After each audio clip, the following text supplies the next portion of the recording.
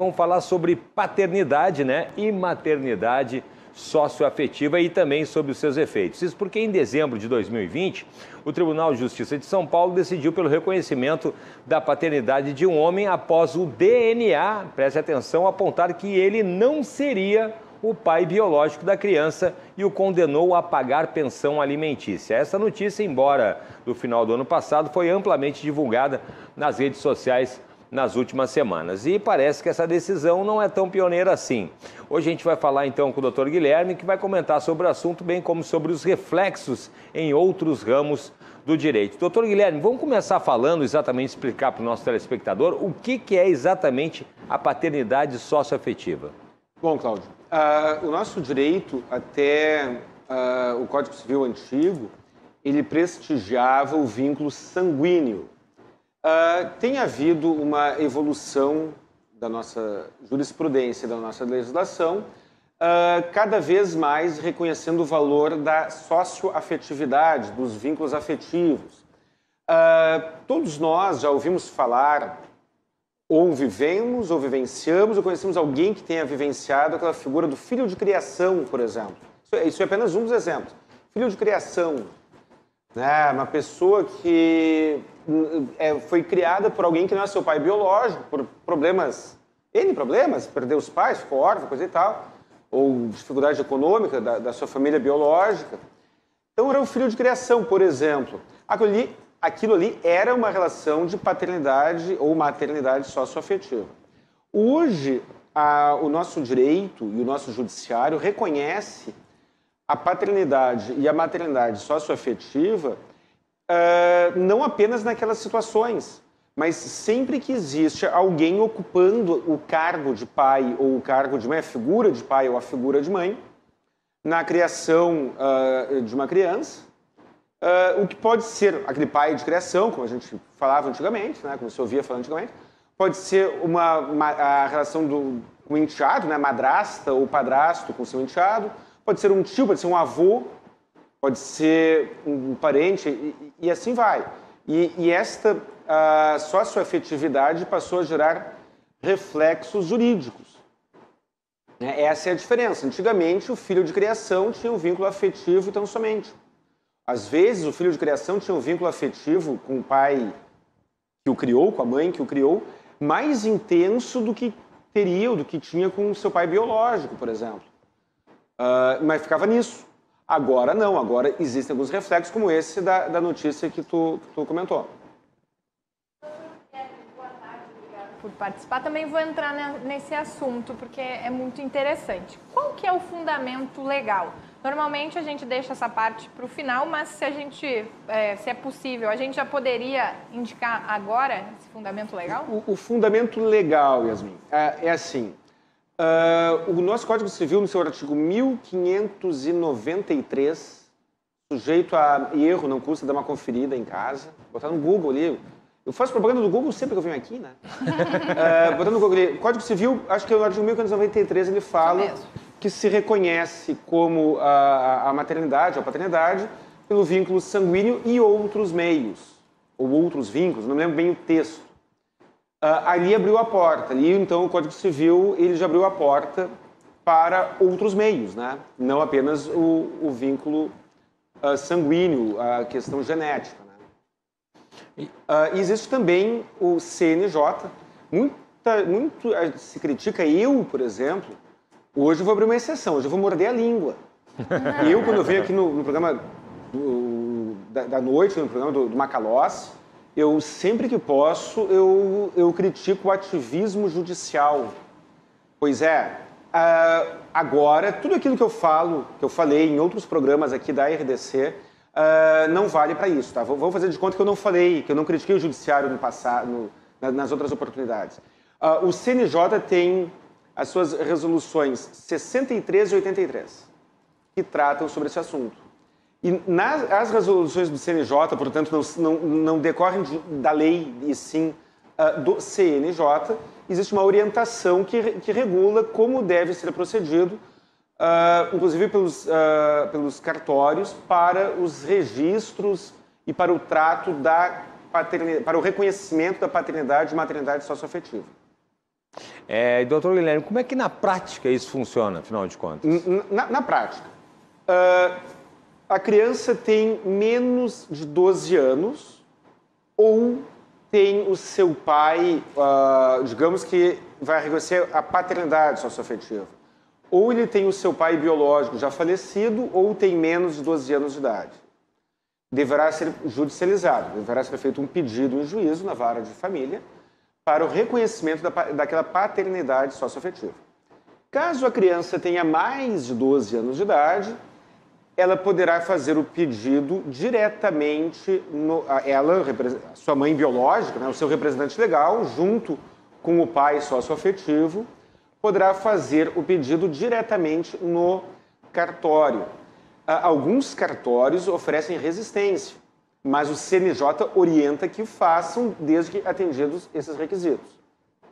Então, a criança tem mais de 12 anos de idade e ela, criança, concorda. Adolescente, portanto, desculpa.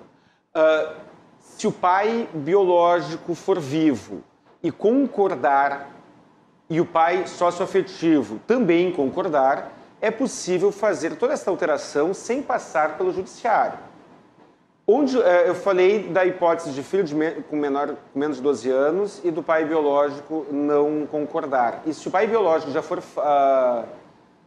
existe também a possibilidade do pai socioafetivo não concordar, que é o caso da notícia que tu mencionaste, Cláudio, que é a situação de haver o vínculo socioafetivo entre aquele adolescente ou aquela criança com o pai, ou pode ser com a mãe, tanto faz, mas o pai ou a mãe socioafetivo não concordam, não querem, e aí então isso poderá ser judicializado e a contragosto ser reconhecida esta paternidade ou maternidade socioafetiva com todos os seus reflexos jurídicos.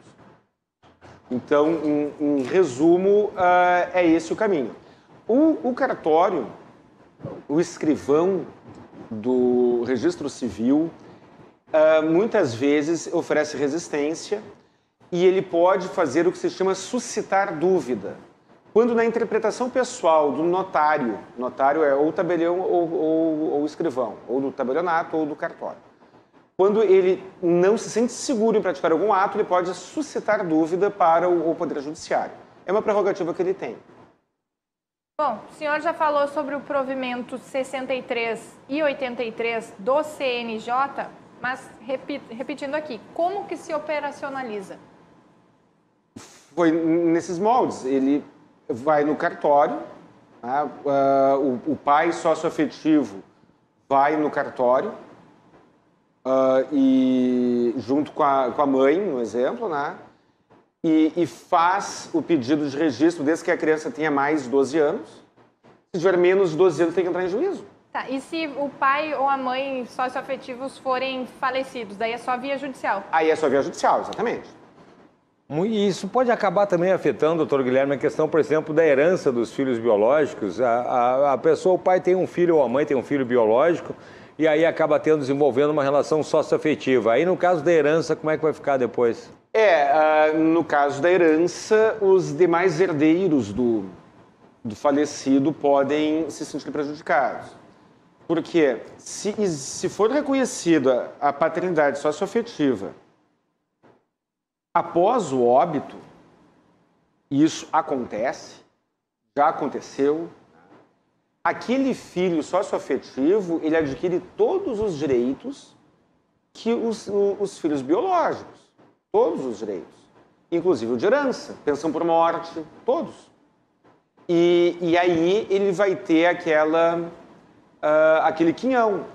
Digamos que o pai socioafetivo não tenha nenhum filho, mas ele tem mãe e pai vivos, né?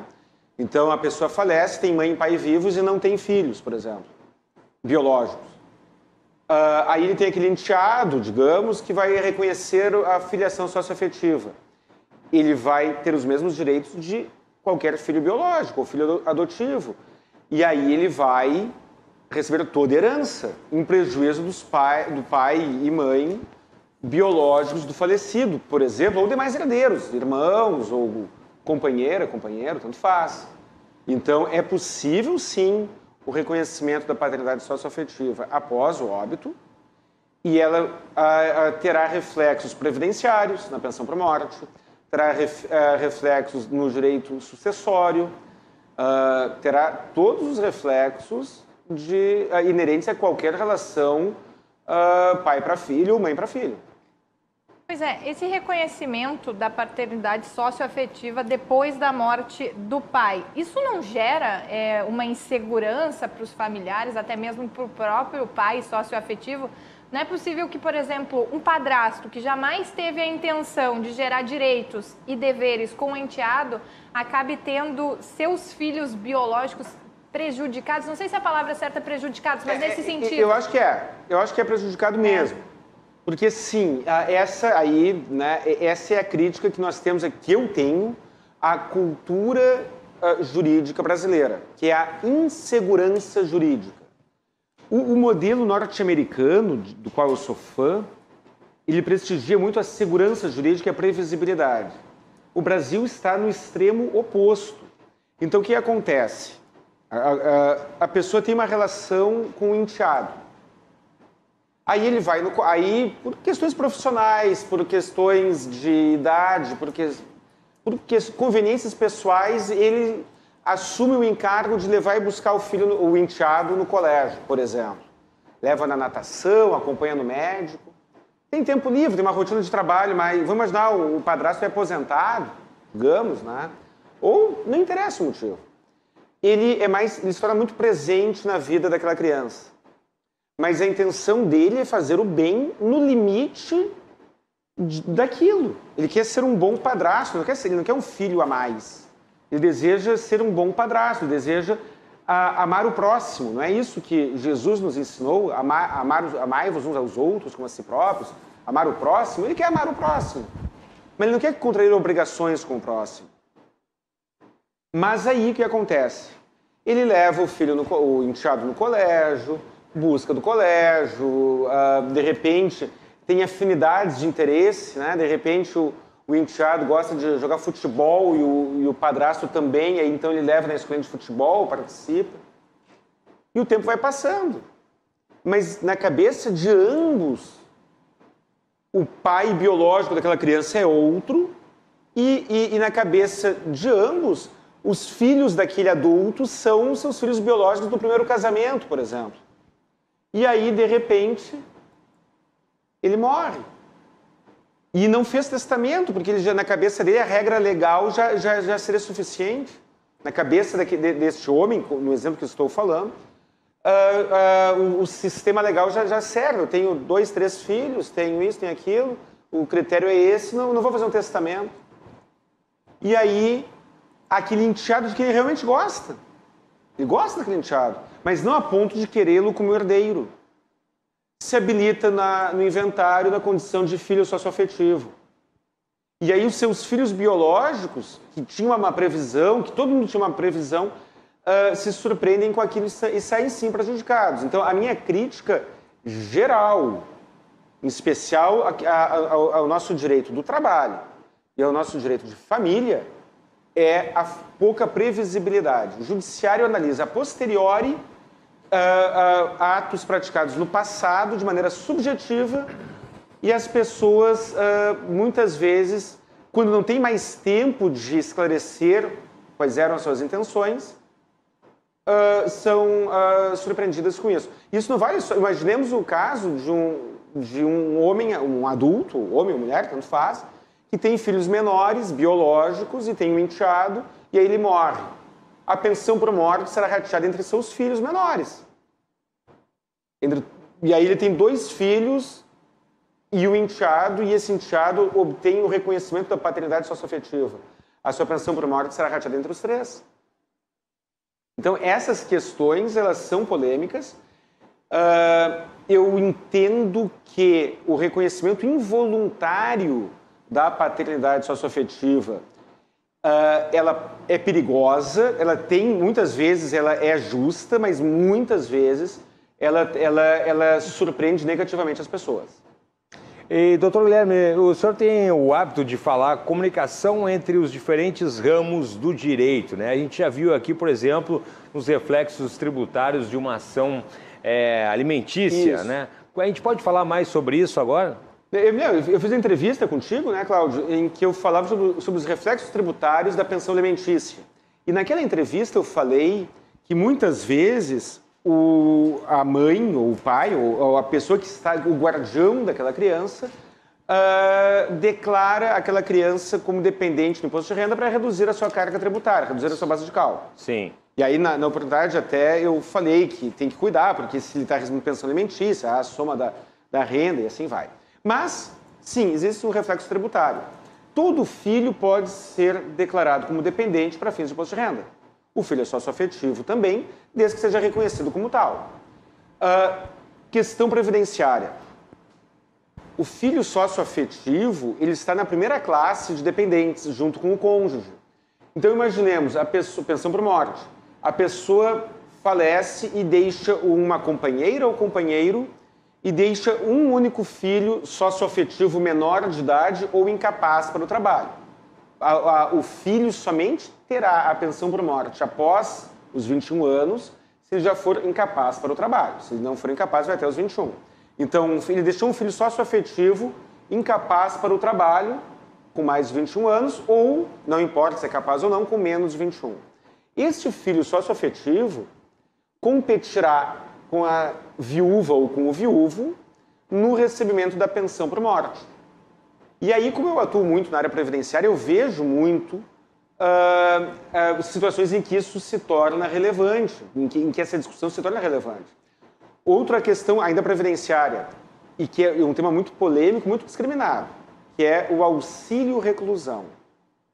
O auxílio-reclusão não é um benefício para o preso, é um benefício para os dependentes do preso, para os filhos menores, filhos incapazes, cônjuges ou dependentes do preso. E é muito comum a pessoa vai para a cadeia, quando vai para a cadeia, né, ter uma relação socioafetiva com filhos que não sejam seus sucessores genéticos, que não são seus filhos biológicos. E o reconhecimento do filho socioafetivo, da filiação socioafetiva, também dará direito ao benefício de auxílio-reclusão. Outros reflexos, os reflexos vão para o bem e para o mal.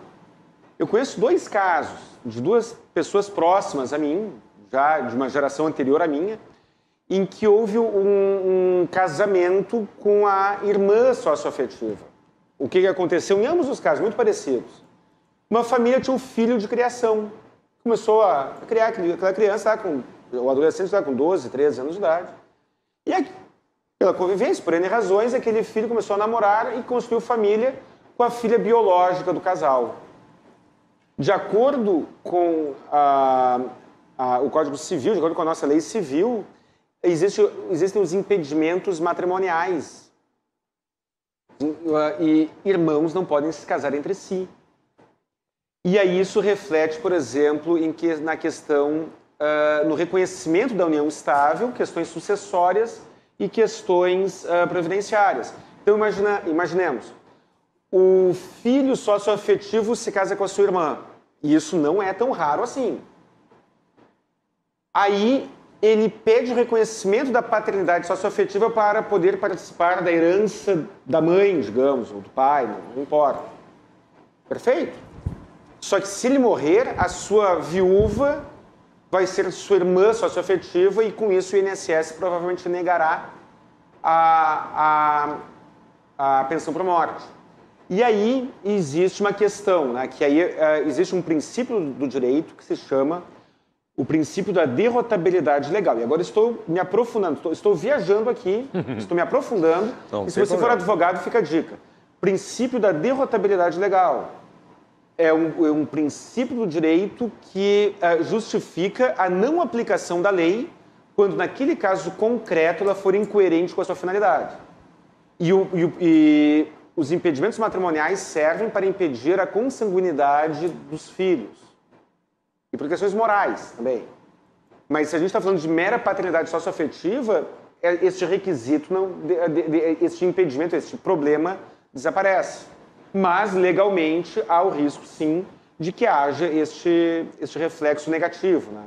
É bom lembrar, né? A banca paga e também recebe. Né? Bom, e se a criança já tem pai e mãe biológicos, é possível incluir um pai ou uma mãe socioafetivo sem excluir ninguém? A criança, por exemplo, ficaria com 2 pais e uma mãe? É possível isso, doutor? Pode tudo. A resposta é pode tudo. É possível a criança perder o pai, por exemplo, ter incluído o nome do pai socioafetivo no lugar do pai já falecido. Aquela criança que não teve a paternidade reconhecida, antigamente se usava essa expressão, ainda se usa, filho de mãe solteira, né?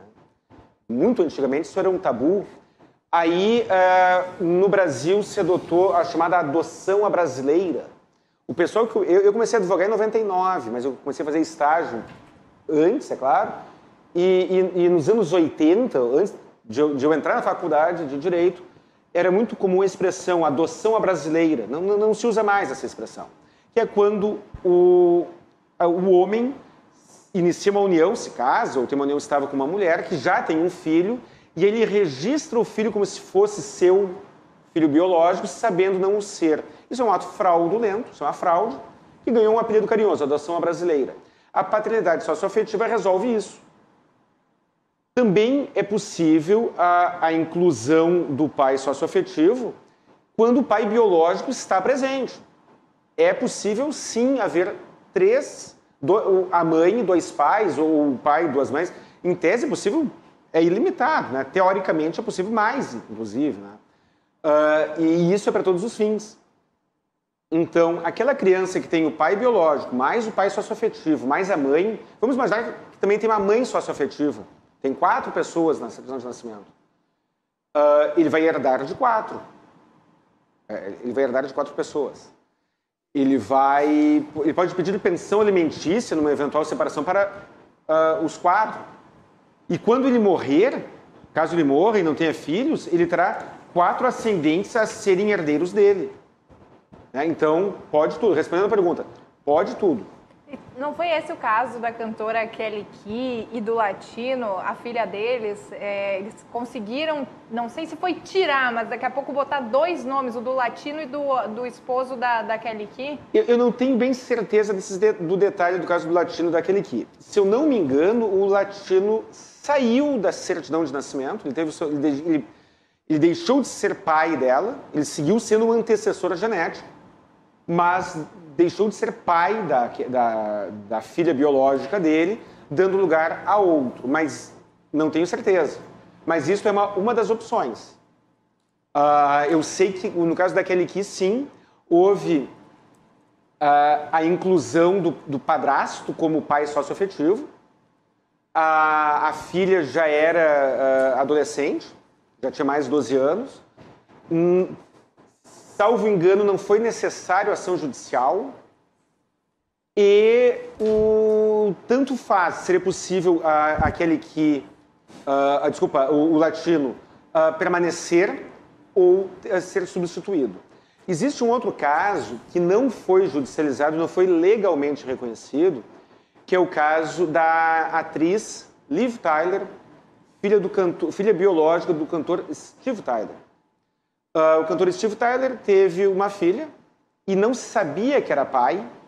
Ele tomou conhecimento da paternidade quando a filha já era adolescente. A atriz Liv Tyler foi registrada como filha de um outro homem, que ele acreditava, ou disse acreditar em algum momento, ser o pai biológico, e aí, de repente, ela descobriu que ela era, na realidade, filha biológica do cantor Steve Tyler, da banda Aerosmith. No caso dela, eu não sei se foi judicializado, não sei se houve o tratamento da paternidade socioafetiva. Eu sei que o cantor Steve Tyler incluiu o seu nome, né? Houve uma correção na sua certidão de nascimento, isso lá nos Estados Unidos, é claro. Mas isso também foi lá pelos anos 90, né? Nos dias de hoje, seria possível a mera inclusão ou a substituição, dependendo do caso. Mas um detalhe, a paternidade socioafetiva, ela surtirá seus efeitos quando reconhecida. Né? É necessário que haja o reconhecimento oficial disso. Então, é importante que as pessoas tenham em mente esse detalhe, esse cuidado. Sim, sim, sim. Bom, então vamos fazer um resumo aqui, então, doutor Guilherme, para deixar bem claro, então, para resumir aqui algumas questões. É possível se pedir pensão alimentícia para alguém que não seja o pai biológico ou adotivo, apenas pela filiação socioafetiva, doutor? Sim, é possível. É possível. Bom, é possível se pedir parte da herança também? Pode, também sim. A pensão por morte ou reclusão também? Pensão por morte, auxílio reclusão. Auxílio reclusão? Também. Também. E o reconhecimento da paternidade ou maternidade socioafetiva pode ser feita no cartório sem intervenção judicial? Exatamente. A gente está fazendo uma retomada, né? Que nem Sim. o adolescente quando vai estudar para a prova, né? Sim. Depois eu vou tomar a lição, né? Exatamente isso. Mas o resumo é esse, perfeito. Quando ele tiver mais de 12 anos, desde que haja anuência do pai ou da mãe biológico ou da própria criança. Exatamente. E da própria criança. E da própria criança, né? E se for da criança menor de 12 anos ou do pai e a mãe já falecidos, vai depender de uma ação judicial daí? Exatamente. E é possível a inclusão do pai e a mãe socioafetivos, mesmo que haja registro de ambos genitores na certidão de nascimento? Então... Também pode. A resposta é sim para tudo. Pode tudo. Muito bem. Aliás, pode quase tudo.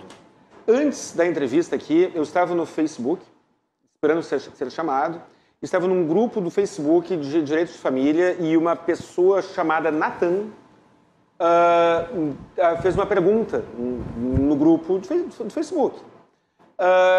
Eu sou separado, tenho uma filha de 4 anos e a minha ex-mulher diz para a minha filha que ela tem 2 pais, já se referindo ao atual companheiro dela como pai dela. E ele não concordou com isso. Resposta: pode quase tudo, porque... E aí uma das pessoas ponderou, mas e a paternidade socioafetiva? Pois aí a discussão era se haveria ali uma alienação parental, que é um tema muito polêmico, do qual eu costumo falar com muita frequência, ou o mero reconhecimento da paternidade socioafetiva. Quando isso é usado para enfraquecer a imagem do pai biológico que está presente, em especial com criança com menos de 12 anos, isso é alienação parental.